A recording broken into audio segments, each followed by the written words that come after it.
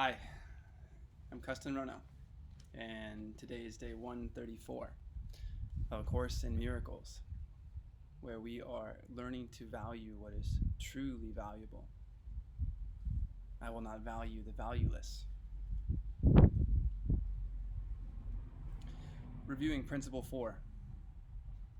All miracles mean life, and God is the giver of life.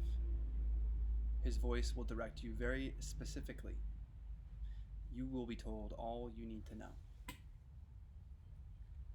All miracles mean life. So miracles are healing, they are offering life, and God is the giver of life. So miracles mean life. Miracles are what is given. God is giving us this offer of the miracle. The source of miracles being beyond evaluation, but being tied to love, as all expressions of love. The source of miracles is what really matters. All expressions of love are maximal. That is, they're all the same, all encompassing. Absolutely. That is God's love. This is the idea we're being told. God is offering us life through love, the miracle of love. All miracles mean life, and God is the giver, capital G, giver of life. His voice will direct you very specifically. However you are hearing God's voice is directing you very specifically. You will be told all you need to know. So may you find peace in knowing that you will be told all you need to know. That there is nothing that can be left out, and there is no reason to worry, and all is well. Because miracles mean life. And if what we're investing in is the miracle, being curious of what that feels like, well, we are being blessed with the curiosity of wondering what life feels like. How could that do anything other than bless? To move on in life, even from this process in this book, but understanding something deeper, more loving about whatever life is. So, may you let the miracle of life come forth through you.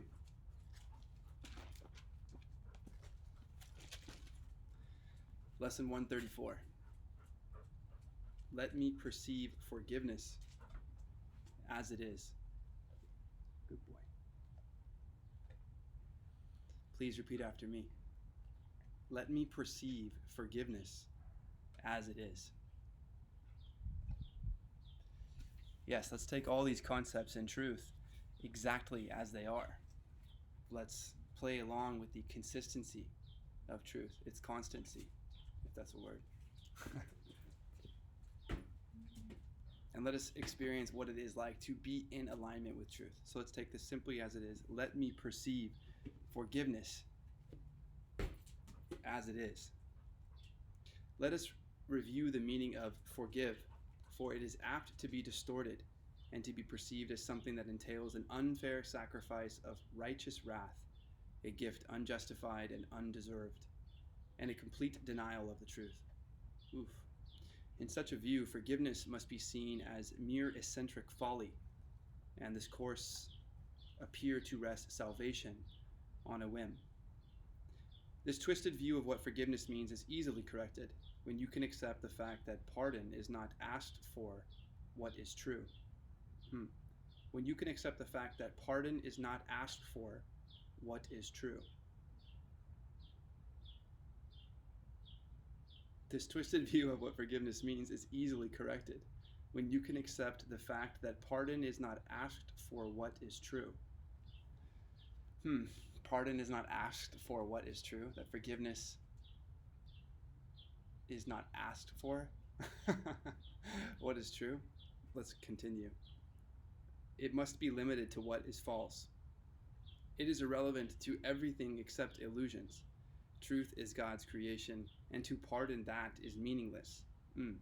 All truth belongs to Him, reflects His laws, and radiates His love. Does this need pardon? How can you forgive the sinless and eternally benign? So a carryover here, that we cannot pardon to say, excuse me, for God's love. The major difficulty that you find in genuine forgiveness on your part is that you still believe you must forgive the truth and not illusions. You conceive of pardon as a vain attempt to look past what is there. You conceive of pardon as a vain attempt to look past what is there. Yes, that's true. To be done with it. To overlook the truth in an unfounded effort to deceive yourself by making an illusion true. This twisted viewpoint but reflects the hold that the idea of sin retains as yet upon your mind as you regard yourself. Yeah, that we wish it done is a reflection of the idea that we believe we are condemned by these things, that our sins are not just mistakes, and we may truly say we're sorry and mean it.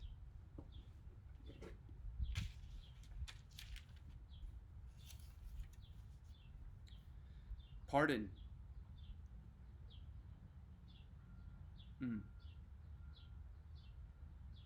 Because you think your sins are real, you look on pardon as deception.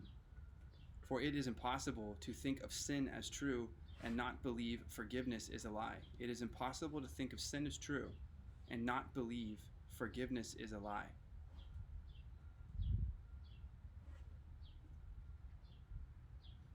So, if we think that sin is true, we must believe that forgiveness is a lie. Thus, is forgiveness really but a sin like all the rest? It says the truth is false and smiles on the corrupt as if they were blameless as the grass, as white as snow. It is delusional in what it thinks it can accomplish. It would see right the plainly wrong, the loathsome as the good. Pardon is no escape in such a view. It merely is a further sign that sin is unforgivable, at best to be concealed, denied, or called another name, for pardon is a treachery to truth. Guilt cannot be forgiven. If you sin, your guilt is everlasting. Those who are forgiven from the view their sins are real are pitifully mocked and twice condemned, first by themselves for what they think they did, and once again by those who pardoned them.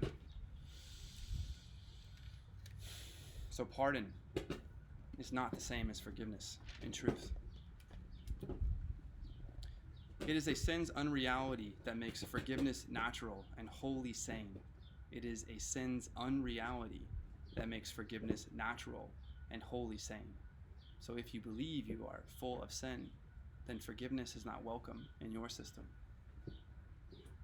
It is sin's unreality that makes forgiveness natural and wholly sane, a deep relief to those who offer it, versus pardon, which is continuing the condemnation, as it is not a full forgiveness. It is a sin's unreality that makes forgiveness natural and wholly sane, a deep relief to those who offer it, a quiet blessing where it is received. It does not countenance illusions, but collects them lightly with a little laugh and gently lays them at the feet of truth, and there they disappear entirely. I love this model, laying at the feet of truth. Forgiveness is the only thing that stands for truth in the illusions of the world. It sees their nothingness and looks straight through the thousand forms in which they may appear. It looks on lies, but it is not deceived. It does not heed the self-accusing shrieks of sinners mad with guilt. It looks on them with quiet eyes and merely says to them, "My brother, what you think is not the truth."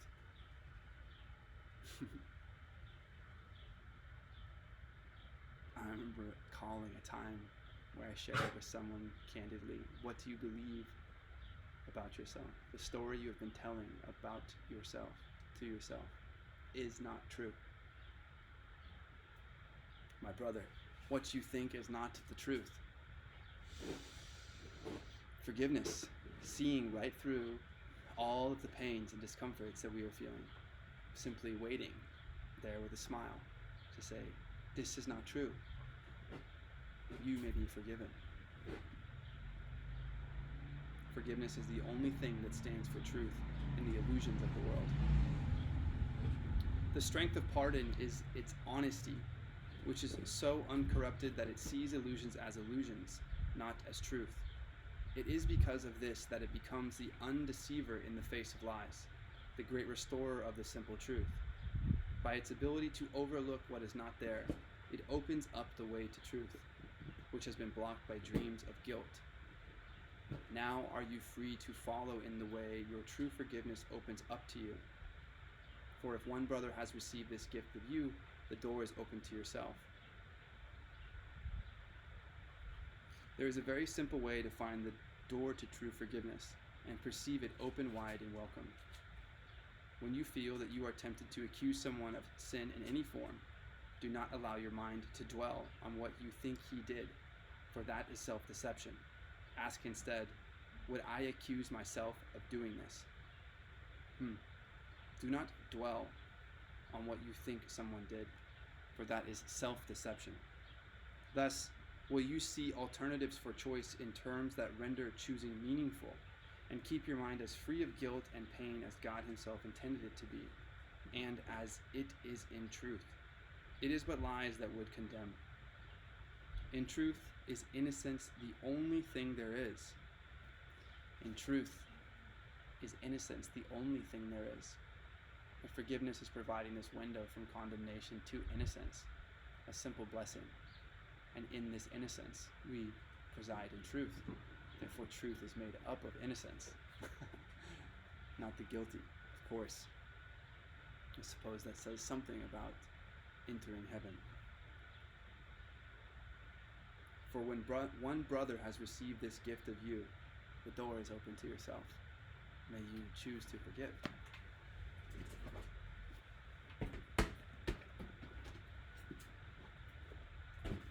Thus you will see alternatives for choice in terms that render choosing meaningful, and keep your mind as free of guilt and pain as God himself intended it to be, as it is in truth. It is but lies that would condemn. In truth, innocence. In truth, innocence. In truth is innocence the only thing there is.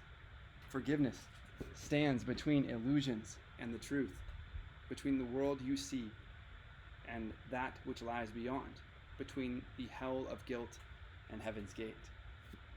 So it does speak directly about heaven. In truth is innocence the only thing there is. Forgiveness stands between illusions and the truth. Forgiveness stands between illusions and the truth, between a world of fear and one of love, between one of lies and one of truth. Forgiveness is that membrane. Our salvation, for seeing ourselves in this light, comes from the power of forgiveness. This is how giving and receiving are one in truth. And that as we offer this forgiveness, we learn about forgiveness. Because as we give it, we know it. And if we know it and we have received it, then we have given it. And this is a blessing that compounds. And we move closer to the truth, innocent. And this is how we can be sinless, sitting perfectly safe with God. Across this bridge, as powerful as love, which laid its blessing on it, are all dreams of evil and hatred and attack brought silently to truth. They are not kept to swell and bluster, and to terrify the foolish dreamer who believes in them. He has been gently wakened from this dream by understanding what he thought he saw was never there, and now he cannot feel that all escape has been denied to him. You're free. Or at least, you cannot believe anymore that you do not have a path to freedom.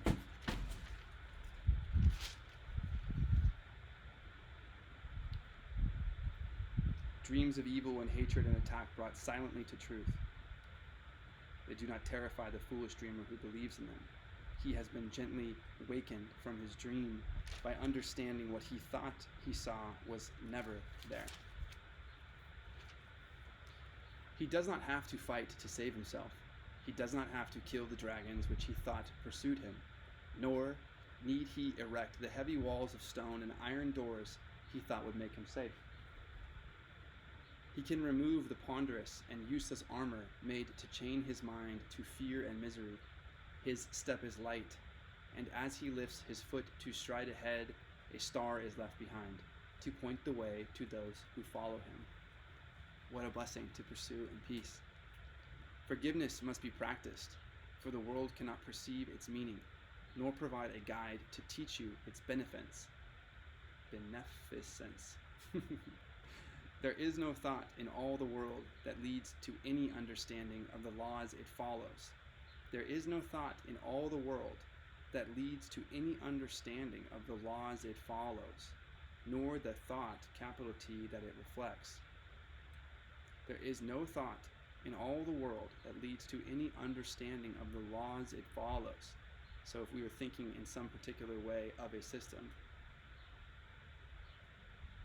we cannot find understanding inside of that thought if it's following a preset set of rules. This is not the same as, I suppose, freedom in creation. And you cannot follow this thought of the brain, I would imagine, to some end that can teach you about the eternal idea of the thought that it reflects.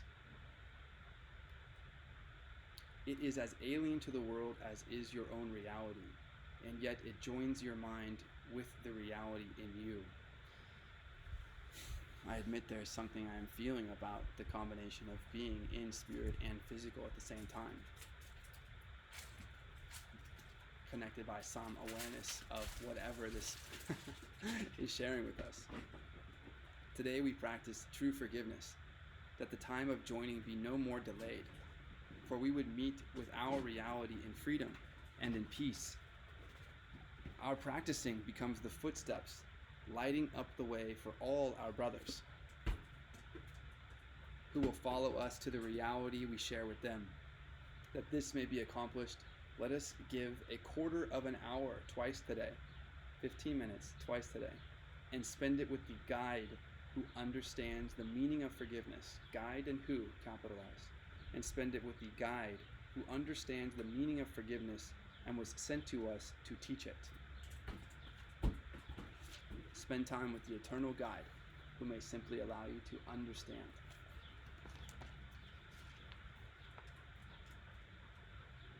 All miracles mean life, and God is the giver of life.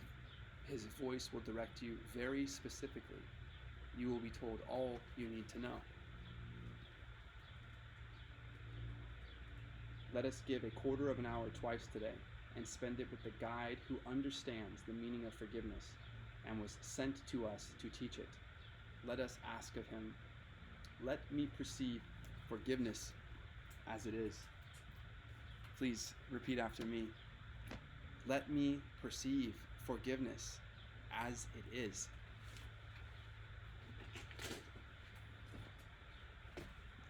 Let me perceive forgiveness as it is. This you say to the guide who understands it. No other guide, just the guide who understands it. And we say, thank you, guide who understands forgiveness. Let me perceive forgiveness simply as it is in truth. This is all I'm interested in. What is forgiveness in truth? What does it feel like to offer this blessing? A gift of innocence rather than condemnation.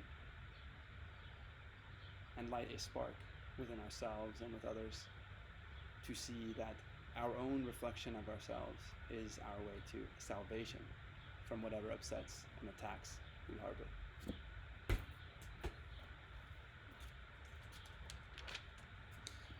Then choose one brother as he will direct and catalog his sins, as one by one they cross your mind. Be certain not to dwell on any one of them, but realize that you are using his offenses to save the world from all ideas of sin. Briefly consider all the evil things you thought of him, and each time ask yourself, would I condemn myself for doing this? Let him be freed from all the thoughts you had of sin in him, and now you are prepared for freedom. If you have been practicing thus far in willingness and honesty, you will begin to sense a lifting up, a lightening of weight across your chest, a deep and certain feeling of relief. The time remaining should be given to experiencing the escape from all the heavy chains you sought to lay upon your brother, but were laid upon yourself. That is, the mindless condemnation that we are expressing for others, is condemning us. To give and to receive are one in truth, and the giver and the receiver are one. The burden you are feeling is not the cause or the root, the effect of some other brother, even though it appears that way. The root cause, and therefore the root fix, is seeing ourselves and recognizing that we are believing in this condemnation, that it must exist above all else. And we believe that it must exist above this person feeling innocent and peaceful and loving and emanating from that energy instead. Why would we deny this if this is what we want? In denying it, we deny it for ourselves. Let him be freed from all the thoughts you had of sin in him. Forgiveness should be practiced through the day, for there will still be many times when you forget its meaning and attack yourself. When this occurs, allow your mind to see through this illusion as you tell yourself, "Let me perceive forgiveness as it is. Would I accuse myself of doing this? I will not lay this chain upon myself." Please repeat after me. Let me perceive forgiveness as it is.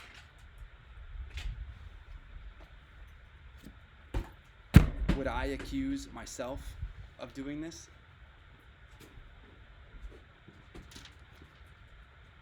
I will not lay this chain upon myself.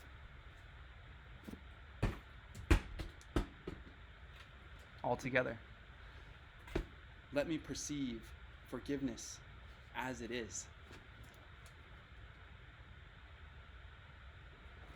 Would I accuse myself of doing this? I will not lay this chain upon myself.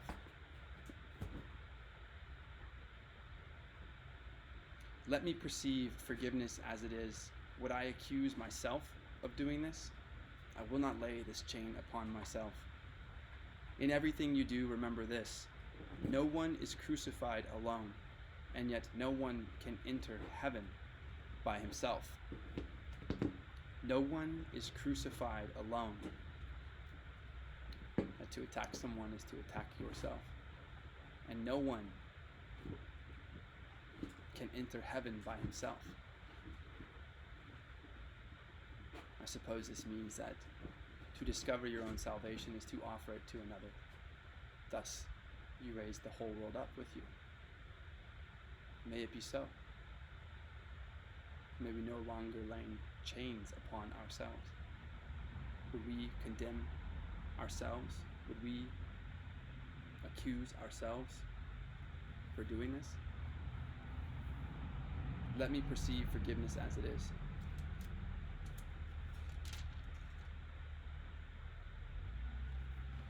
I am Kesten Rono, and I desire to know forgiveness in truth. Please, let me see, let me perceive, let me know forgiveness as it is in truth. Thank you for being here.